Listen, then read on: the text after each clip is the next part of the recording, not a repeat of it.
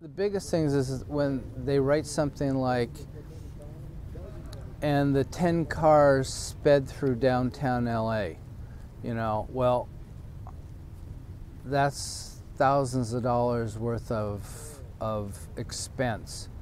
Or we want to do this in Beverly Hills and Santa Monica and Pasadena, and those are three of the most expensive places to film. So it's just not doing, it's not doing homework on where you want to film and what you want to do.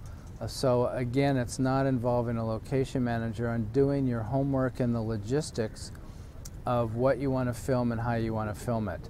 So I hate to keep bringing up the point, but it's dollars and cents, it's logistics, and it's where you want to film, what time of day you want to film.